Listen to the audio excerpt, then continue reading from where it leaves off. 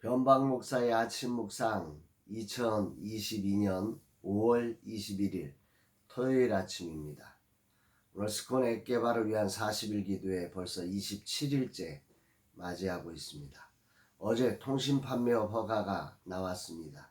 이제 모든 서류가 다 처리되었고 본격적인 앱 개발로 다시 돌아가서 작업들을 시작하게 됩니다.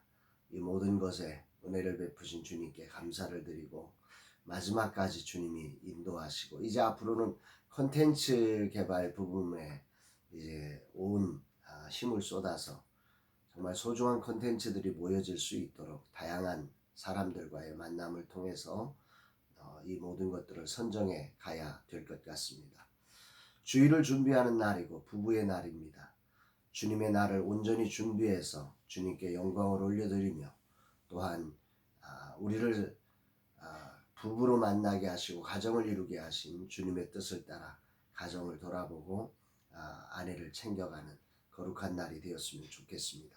오늘 이날 주님은 어떤 말씀으로 인도하실까? 본문에는 사내립의 그 충성된 신하 이 랍사게가 그 히스기야의 신하들과 대화하면서 유다 말로 큰 소리로 외치니까 유다의 신하들이 그것을 백성들이 들을까봐 그것을 내가 아수르 말을 아니까 아수르 말로 해달라 이렇게 부탁을 합니다. 그러자 랍사게는 그것을 무시하고 유다 말로 계속해서 큰 소리로 외치게 됩니다. 12절 랍사게가 이르되 내 주께서 이 일을 내 주와 내게만 말하라고 나를 보내신 것이냐? 너희와 함께 자기의 대변을 먹으며 자기의 소변을 마실 성위에 앉은 사람들에게도 하라고 보내신 것이 아니냐 하더라. 아수르 왕 사네립의 보냄을 받은 이 랍사게는 신하로서의 충성됨을 보여주고 있습니다. 그는 사네립이 말했던 의도를 정확하게 꿰고 있는 거지요. 그래서 그는 큰 소리로 유다의 백성들이 알아들을 수 있는 소리로 외치고 있다는 것입니다. 여기에 오늘 본문에 너희와 함께 자기의 대변을 먹으며 자기의 소변을 마실 성 위에 앉은 사람들에게도 하라고 보내신 것이 아니냐.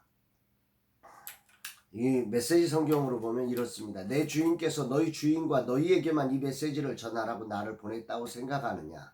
지금 목숨이 위태로운 쪽은 바로 저들이다. 머지않아 자기 똥을 먹고 자기 오줌을 마시게 될 저들 말이다. 한편으로 보면 이 랍사게의 말은 그 이스라엘 백성들을 굉장히 위하는 것처럼 보입니다. 랍사게는 자신이 해야 될 일이 무엇인지도 알고 그것을 어떻게 추진해야 될지도 알고 있었던 거죠. 랍사게는 자신을 보낸 사내립을 위해 충성을 다하고 있는 것입니다. 어느 자리나 충성은 아름답습니다. 그러나 악을 위한 충성에는 늘 모순이 따르는 것입니다. 랍사게가 하는 말의 모순이 무엇입니까? 그는 마치 자신이 유다 사람들을 도우러 온 것처럼 말하고 있습니다. 자신들 때문에 유다의 백성들이 곤욕을 치르고 있는 것인데 랍사게는 히스기야가 고집을 부려서 그런 것처럼 주장하고 있는 것입니다. 그러면서 그는 외치죠. 15절 16절입니다. 히스기야가 너희에게 여호와를 신뢰하라고 하려는 것을 따르지 말라. 그가 말하기를 여호와께서 반드시 우리를 건지시리니 이 성이 아수르 왕의 손에 넘어가지 아니하리라 할지라도 히스기야의 말을 듣지 마라. 아수르 왕이 또 이같이 말씀하시기를 너희는 내게 항복하고 내게로 나아오라. 그리하면 너희가 각각 자기의 포도와 자기의 무화과를 먹을 것이요 각각 자기의 우물물을 마실 것이요. 그 다음 절에 보면 정말 그 포도맛을 기경할 수 있는 좋은 땅을 너희에게 줄 거다. 이렇게까지 말합니다. 한마디로 유다왕 히스기야의 말을 듣지 말고 아수르 왕의 말을 듣고 항복하라. 그러면 좋은 땅 주고 먹을 거 마실 거 다 공급해서 편하게 살게 해주겠다. 뭐 이런 얘기죠. 평화로운 땅을 침략해서 백성들을 고통스럽게 만들고 땅을 황폐하게 만들어 놓고는 항복하면 좋은 거 주겠다. 이들의 말에 고통을 당하는 순간에 백성들에게는 기가 솔깃하는 유혹되는 내용이었을 것입니다. 그러나 이 말은 무서운 모순이고 사기인 거죠. 악의 충성은 이런 것입니다. 문득 예전에 보았던 남한산성이란 영화가 생각이 납니다. 그곳에서 청나라의 침략으로 나라를 다 빼앗기고 남한산성에 갇혀 지내던 시절 끝까지 싸워야 한다는 주전파와 백성을 위해 오랑캐의 무릎을 꿇어야 한다는 주화파의 주장이 생각이 납니다. 나라가 있고야 백성이 있는 거 아니겠습니까? 그러니 왕이 끝까지 전투해 주셔야 합니다. 뭐 이렇게 주장하는 주전파의 이야기고요. 백성이 있어야 왕이 있는 나라가 있는 거 아니냐. 다시 말해서 정말로 백성이 지금 다 죽어나가고 있는데 왕이 무슨 소용이냐. 왕이 나가서 화해해서 이 백성을 살려야 그 다음에 이 나라가 다시 존속할 수 있지 않겠느냐. 이런 주화파의 주장입니다. 그야말로 다 맞는 말이죠. 남한산성에서 인조는 결국 백성이 있어야 나라가 있다는 쪽을 선택하고 항복합니다. 지도자로서 히스기야 왕은 얼마나 갈등되었을까. 자신의 잘못된 통치로 인해 백성 침략을 받고 속수무책으로 46개 성이 무너져 내리고 그 안에 무수히 많은 백성이 고통당하고 있습니다. 이제 하나 남은 성 예루살렘 성은 완전히 포위되어서 먹을 것이 없고 굶어 죽어가고 있는 현실입니다. 왕으로서 얼마나 자책이 되겠습니까? 자신만 욕을 먹는 것이 얼마든지 참을 수 있지만 백성들이 그 고통을 겪고 있으니 심지어 하나님까지 욕을 먹는 상황이 벌어집니다. 20절 이 열방의 신들 중에 어떤 신이 자기의 나라를 내 손에서 건져냈기에 여호와가 능히 예루살렘을 내 손에서 건지겠느냐 하셨느니라 하니라. 그런데 이 순간에 히스기야는 달랐어요. 그는 자신이 왕이 아니었기 때문에.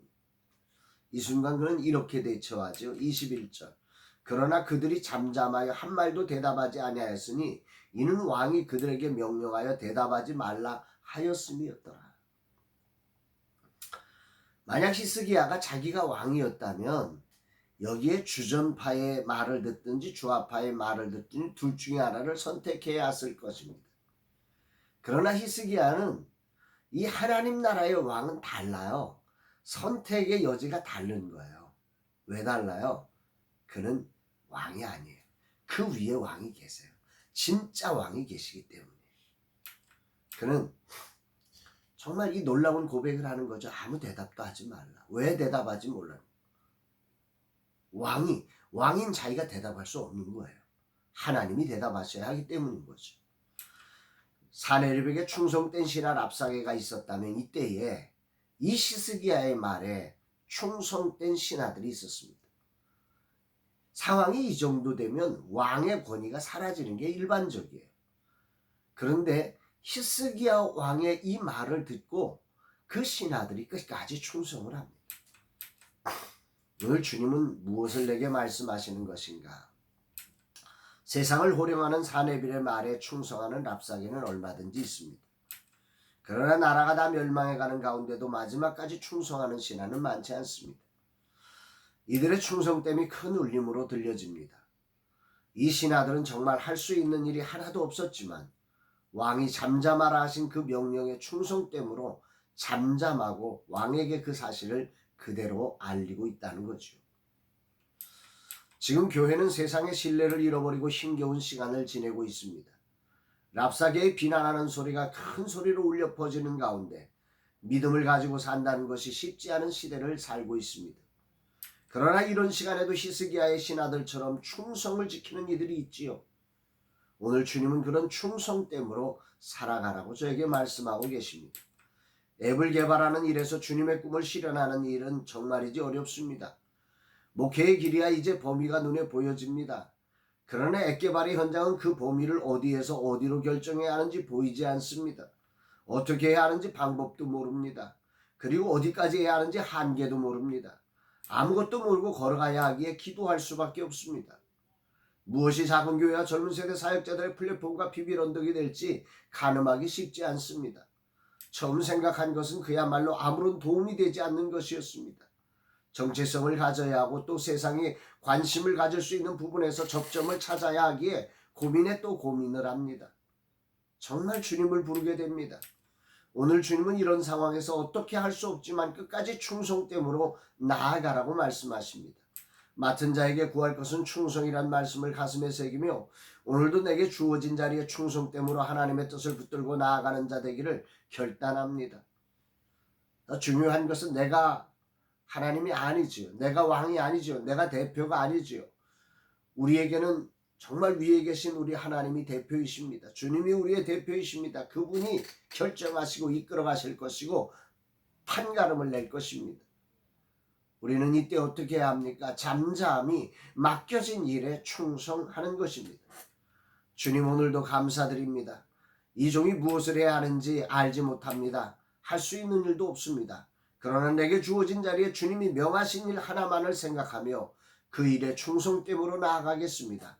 잠잠히 하는 것만으로도 충성할 수 있음을 봅니다. 주님께 맡깁니다. 주여 인도하여 주옵소서. 이렇게 고백하게 됩니다.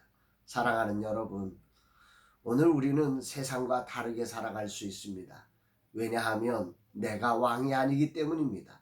내 위에 진정한 왕 대신 만왕의 왕이신 주님이 우리를 이끄시고 계십니다.